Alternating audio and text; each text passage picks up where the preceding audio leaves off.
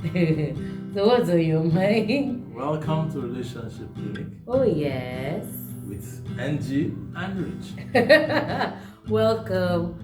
My husband was just looking at me as we are preparing for this video. Should we, shouldn't we? In short, Mimi, today's topic is very key. It's what about me? When my husband came back, I think you were looking at what about me. What is it? It's every time now and again we wonder, are we not lost? What about me? What about me? A lot of things are spoken, but they exclude you from it. You're wondering. I don't even think it's an exclusion. I think that when we get to the place of work, because we get into marriage not knowing it's about work. When we get into the place of work, you now begin to only see your side and you're the only one working. And the other person is not putting effort. Then it comes to your mind to say, what about me? You know, maybe your desires. Am I going to set aside my desires for his marriage to work? You know, Mimi, do you remember Marriage Today? He shared, Jimmy Evans, he shared about his conversation with God when he kept on complaining about his wife saying, you don't love me. And he now kept on saying, what about me? And he loved golf. And the Lord said, can you sacrifice this golf for a time? And he grudgingly. He almost told Lord, I was talking about what about me, not that you take more from me. And he said, stop the golf. He said, And he stopped it for some years, and then one day things fell into place, and his wife said, why don't you go for your golf and all? So when we get into marriage, we all come with us, as in I as an individual. But what works in marriage is the us. The way we come is that we're looking forward to someone that will prepare food for me, put my water. That's for the men, Jerry. That's the men. Keep the house clean. That's someone that will play with me at night. That's the men. What do you think women go when with? the whole thing now begins to turn around and they say, you do this, you do what about me? You know, it's just Give like me a break. It's like we women, when we come want a romantic husband. Sure, some of us have this ideology, the one that will say you're the most beautiful queen on earth, appreciate you, write you love letters, be and cool, sing you to sleep. Some of you have ever had that before. So you now begin to ask yourself, what about me? You know, but can you remember the vow we had when we were getting married?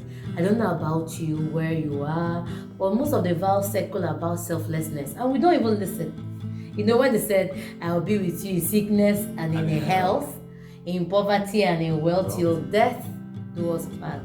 I think we don't hear that part. All we hear is that we're getting married and we're in love, and then those things begin to happen. You heard it till death do us part, so that is forever.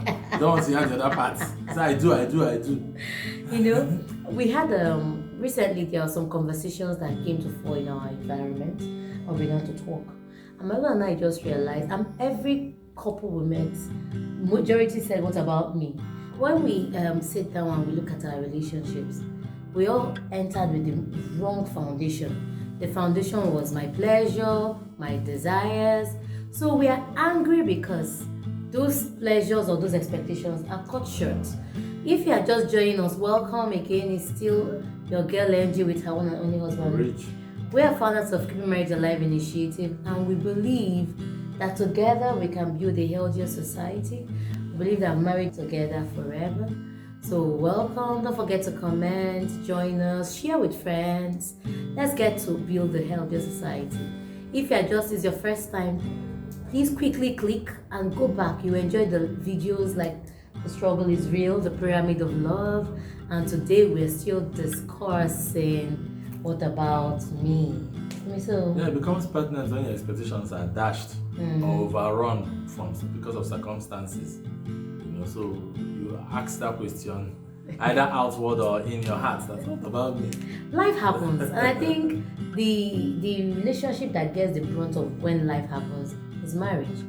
You lose a job, your friends or colleagues, you just leave the office, they don't see you any longer. But who sees you consistently? Your spouse. Sees you daily. You know, so you're ill, you don't need to be anywhere. Who needs to be there? Your spouse. You know, so there are bills to be paid. You can come out and front that everything is okay. Who knows that there is leaking pockets? Your spouse. Sometimes the children don't even know the cost of what's happening in the environment, but your spouse will know. That is for the spouse that are close. The weight of the whole thing. Not you reach up financially, step in be in the gap.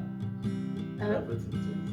I remember like 2 years ago in our magazine we wrote about if you're getting married for your own pleasure, it's better you don't actually get married.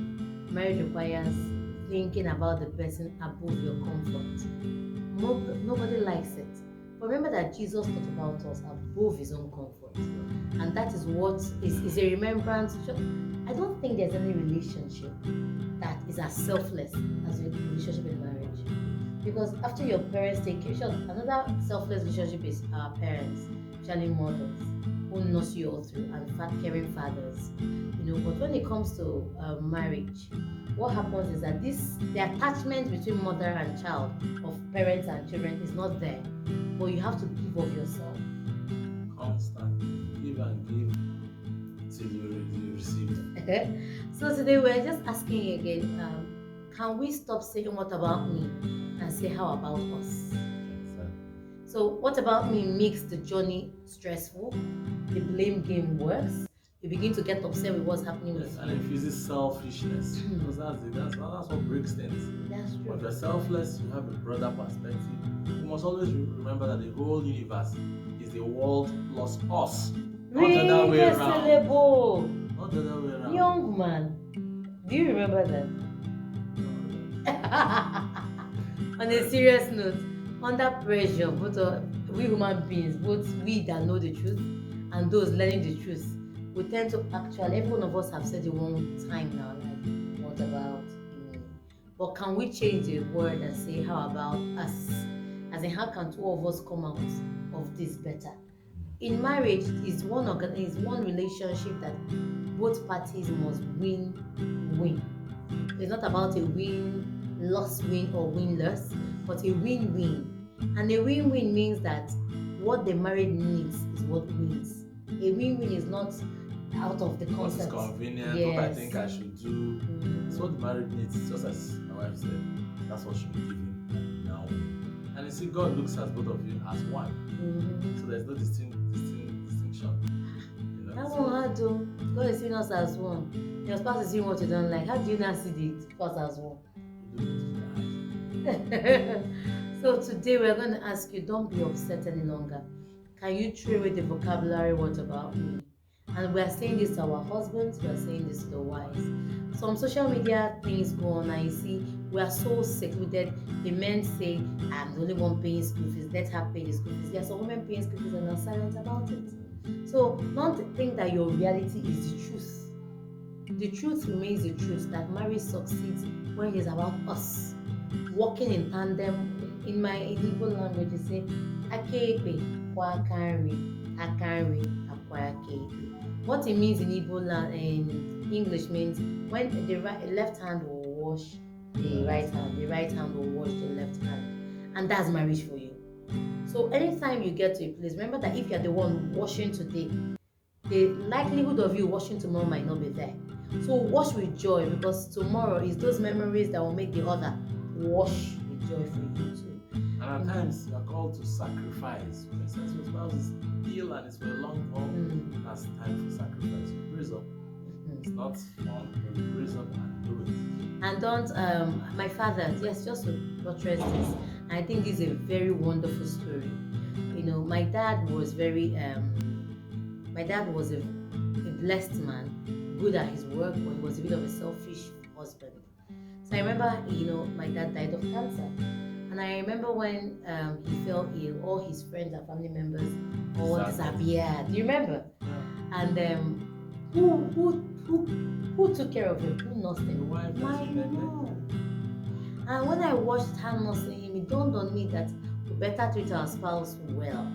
And she was changing his pampers, paying his bills. See, we don't know what life looks like tomorrow.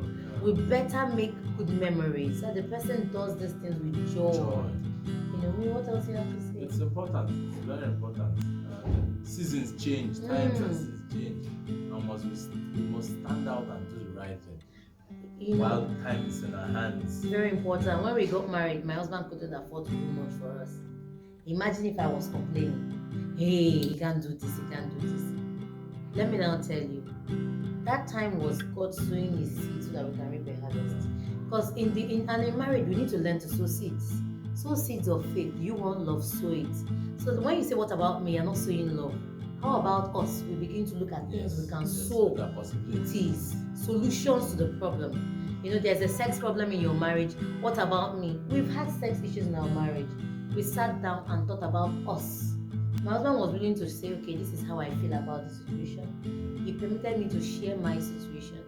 And right now, we have gotten to a place where sex is pleasurable for both. Though sometimes we do shakara, that. But we've gotten to that place. But imagine if we had kept it where it was about him alone or about me.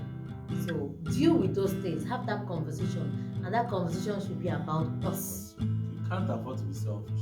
It won't work. One of the things we want to talk about is your finances. What about me?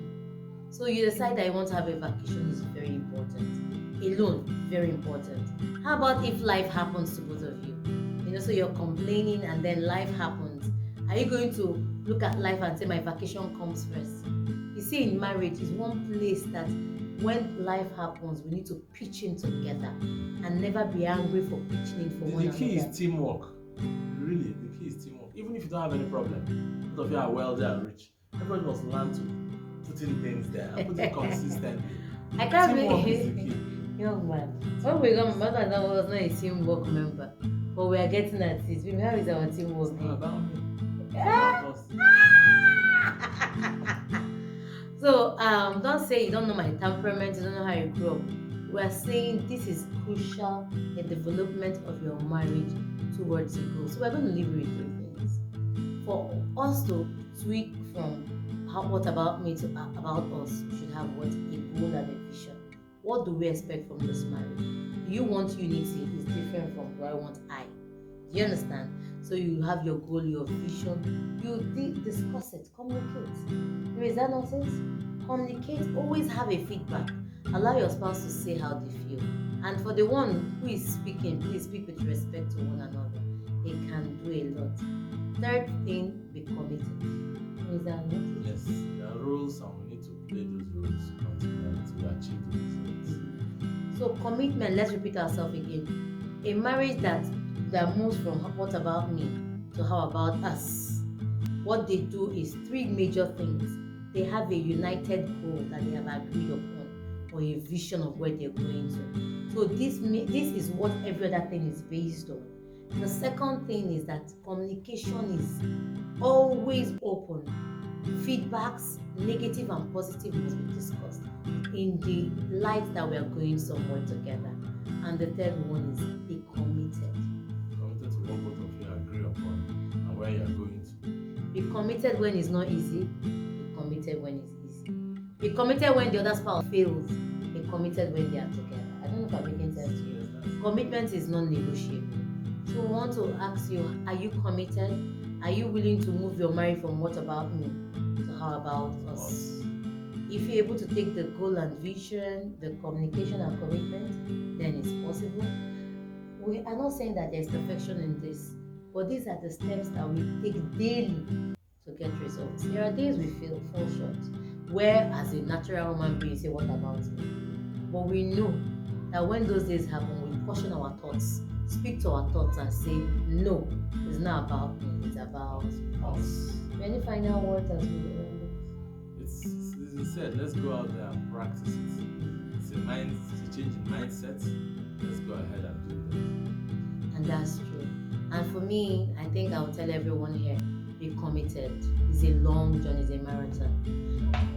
Fight your thoughts, you win here. If you believe that you've won, the things you think about literally comes out. Be careful the things you accept as truth on social media. Whatever you accept is your reality. And we believe that it's doable, it's all about us, so we gather our thoughts and our hearts. Thank you so much. Don't forget to share with friends. Let's get your feedbacks, and let's we believe that your marriage is top notch, going where God has planned for it to be. Okay, thank you. I hope you have our social media handles, don't you? Oh, we have newcomers with us today. Okay, so our social media handles, we have our Instagram and Facebook, Keepingmarriagealive, and we have our Twitter alive at KMA. Please like, follow. We have our what you call it again, YouTube, which you're right currently here, Keeping Marriage Alive for Angel, which both works. And then our personal profiles. My husband is Richard Kunko. I'm Ngozi Engine Zeribo Kunko on social medias. I'm not on Instagram. And let's get to know ourselves. We want to personally invite you for 3 active, exciting programs. Maybe you know, the first one is parenting, and let me tell you, this what about us? If you're not together concerning parenting, the likelihood of having stable children and successful children is not as easy. So we're saying to everyone to join us for this parenting workshop. It's live. It's actually hybrid, but we invite you to come physically, and it's going to be held in First Step. Details are below. I hope you can see it. So we expect you to be there at Moraville Academy, First Step. Oh, and yes, we have the couples hangout coming up. Hey, Mimi, Dina actually was talking to the tailor recently. I'm not good. He said it's red. It has to be all glam red. Yeah. So we're coming up. What else? Remember, it's Valentine week too. Yes, we can. And it's not all about the excitement, it's about thinking of how can we move us together. And so we named it Maximizing Us. Maximizing Us. Make sure you're there, you will not regret it. Yes, 12th of February 2022.